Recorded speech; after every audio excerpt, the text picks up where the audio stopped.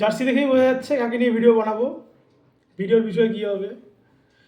18 বছরের গঞ্জনা, 18 বছরের অপমান, 18 বছর ধরে লোকের কাছে গালি খাওয়া, আইপিএলের সব থেকে বড় ফ্যান বেস, আইপিএলের সবচেয়ে বড় সুপারস্টার বিরাট কোহলির টিম গত বছরের 4 জুন নিজেদের জার্নিটা কমপ্লিট করেছে। উফ, কি বলবো, কত যে গালি খেতে হয়েছে লোকের কাছে ভাই। ইমোশনাল জার্নি ছিল। তো গত বছরের ক্যাম্পেইন দুর্দান্ত ক্যাম্পেইন ছিল, দুর্দান্ত অকশন গিয়েছে এবং ওই অকশনের পরে যে ক্যাম্পেইনটা হয়েছে সেটাও দুর্দান্ত ছিল। প্রথমবারের জন্য আইপিএল জয় 18 বছরে। তো এবার দেখে যাওয়া যাক নতুন বছরের টিম কেমন হয়েছে, কি হয়েছে। বিডিংয়ে বা অকশনে, এবছরের মিনি অকশনে বেশি টাকা নিয়ে আরসিবি যায়নি, কয়েকটা গ্যাপ শুধু পূরণ করেছে এবং কিছু প্লেয়ারকে নিয়েছে এবং বিডিং ওয়ারে সব থেকে বেস্ট টিম ছিল।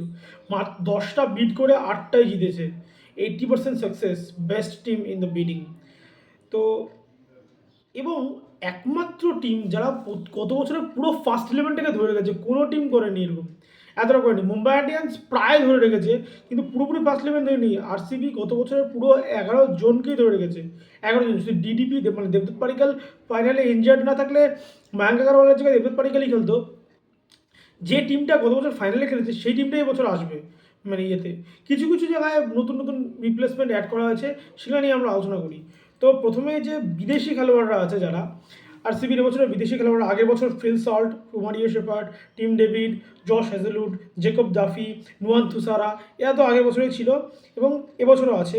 নতুন করে এবছর যারা অ্যাড হয়েছে, লুঙ্গি এনগিটির জায়গায় জেকব ডাফিকে নেওয়া হয়েছে এবং ইংল্যান্ডের উইকেট কিপার ব্যাটসম্যান জর্ডন কক্সকে নেওয়া হয়েছে।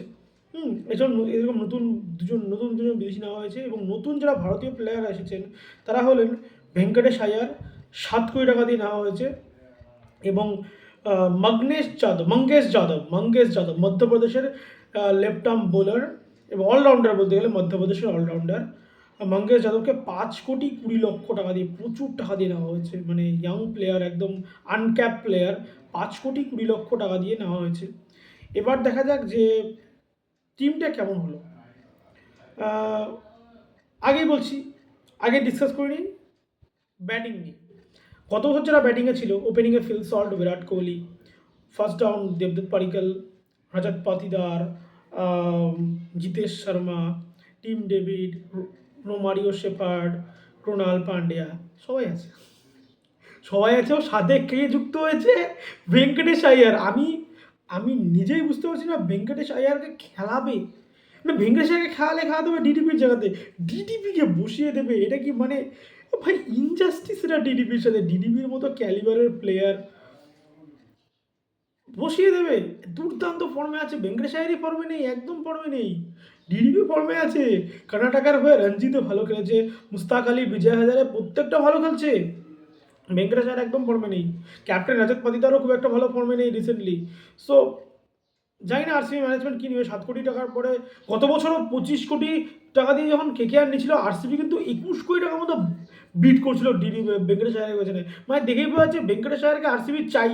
গত বছর আরসিবি চাইছিল কিন্তু পায়নি, এবছর কিন্তু আরসিবি কম দামে পেয়ে গেছে। গত বছর থেকে কম দামে, গত বছরের 3 ভাগের 1 দামে পেয়েছে। তো ভেঙ্কটেশ আয়ারকে খেলা হয়ে যতদূর মনে হচ্ছে।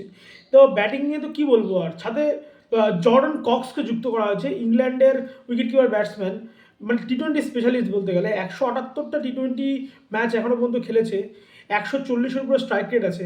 সো দেখেই বোঝা যাচ্ছে দুর্দান্ত ব্যাটসম্যান। তো ওপেনিংয়ে বিরাট কোহলির সাথে ফিল সল্ট করবে, এটা তো বোঝাই যাচ্ছে, কোনো ব্যাপার নেই। এবার ফিল সল্ট যদি আউট অফ ফর্ম থেকে, জেকব বেথেল আছে, ইন্ডিয়ান এগেন্স্টে সেঞ্চুরিটা ভুলবেন কেউ? মুম্বাইতে কি মারা মেরেছিল। তো আমি বলছিলাম স্পিন খেলতে পারবে না, বরুণ চক্রবর্তীকে রিভার্সে মেরেছে। হুম সেটা আমি এখনও ভুলবো না। তো জেকব বেথেল ওপেনিং করতে পারবে, ফিল সল্ট যদি না ফর্মে থাকে। তো এরপরে যেটা আছে, ফার্স্ট ডাউন ভেঙ্কটেশ আয়ারই নামবে আমার যা মনে হচ্ছে, second down Rajat Patidar, third down Jitesh. এবং আরসিবি এমন একটা টিম, প্রত্যেকটা প্লেয়ার একটা না একটা ম্যাচে পারফরমেন্স করেছেই। এই একটা সময় আরসিবি কি ছিল, বিরাট কোহলি খেলতো, ক্রিস গেল খেলতো, এবিডি ভিলিয়ার্স খেলতো, তারপরে কে ছিল? কেউ ছিল না, কেউ ছিল না লিটারেলি। কিন্তু কত বছর দেখা গেছে প্রতিটা প্রতিটা ম্যাচ উইনার, এবং আরসিবি টপ অর্ডারের প্রত্যেকটা প্লেয়ার একটা করে ম্যান অফ দ্য ম্যাচ জিতেছে, কম করে একটা করে। বিরাট কোহলি জিতেছে, ফিল সল্ট জিতেছে, রজত পাতিদার জিতেছে, শুধু ডিডিপি জেতেনি। হুম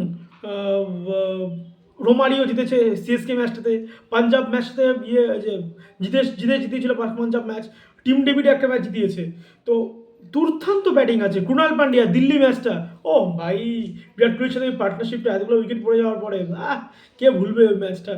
তো প্রতিটা ইয়েতে দিয়েছে, ব্যাটিং দুর্দান্ত শক্তিশালী গত বছর যারা, এবং যারা ডাউট করছে যে এই প্লেয়ারগুলো কী করবে, আরসিবির প্রতিটা প্লেয়ার ম্যাক্সিমাম আউটপুট দিছে, প্রতিটা প্লেয়ার।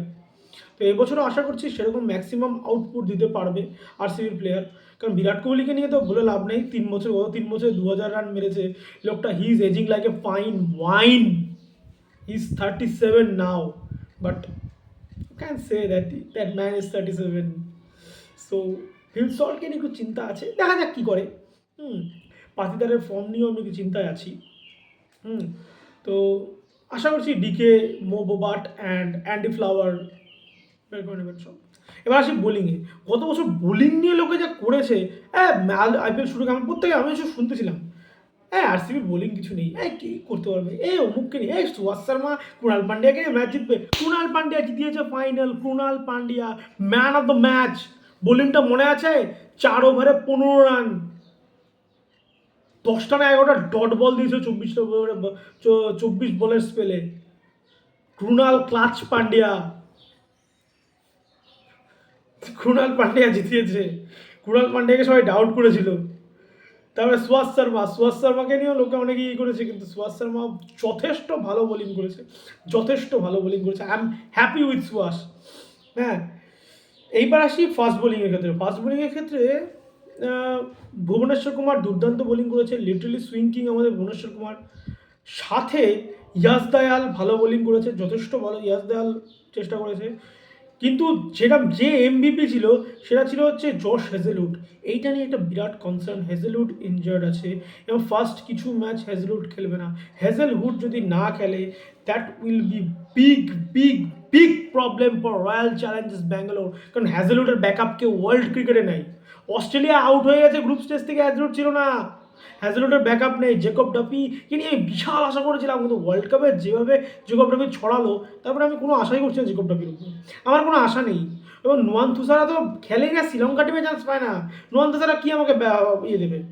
হ্যাজেলউড যদি না থাকে আরসিবির জন্য হিউজ কনসার্ন হবে। প্রতিটা ম্যাচে টপ অর্ডারে এসব ব্রেক থ্রু দিয়েছে, ডেথ ওভার দুর্দান্ত বোলিং করেছে। রাজস্থান রয়্যালসের এগেন্স্টে ম্যাচটা মনে আছে? রাজস্থান না, পাঞ্জাবের এগেন্স্টে ম্যাচটা মনে আছে? 24 বলে লাস্ট 4 ওভারে মাত্র 26 রান খেয়েছিল ভুবি আর হ্যাজেলউড। হর্ষা ভোগলে না সুনীল গাভাস্কর কেউ একটা বলছিল যে this is the hall of fame bowling, this is the hall of fame death bowling. তো এটা বিগ কনসার্ন হবে যদি হেজেলউড না থাকে। হেজেলউড না থাকলে ভুবিও মার খেয়ে যেতে পারে। ইয়াস দয়াল ডেথ ওভারে কিচ্ছু করতে পারবে না, মার খাবে। ওর তো 6 খাওয়ার রেকর্ড আছে, রিঙ্কুর আছে, কিছু করতে হবে না। তো এটা একটা কনসার্ন আরসিবির জন্য। তো দেখা যাক আরসিবি কী করতে পারে। হেজেলউডের আমি একটা জায়গায় শুনলাম যে Hazlewood likely to miss IPL, but একটা জায়গায় শুনলাম যে 12 তারিখের পর আরসিবি টিমে জয়েন করতে পারে। এখন দেখা যাক কোনটা কী হয়, টুর্নামেন্ট এখনও শুরু হয়নি। তো প্রবলেম একটা আছে বোলিংয়ে, আরসিবির বোলিংয়ে একটা প্রবলেম আছে। হেজেলউড না থাকলে হিউজ প্রবলেম হবে, হিউজ।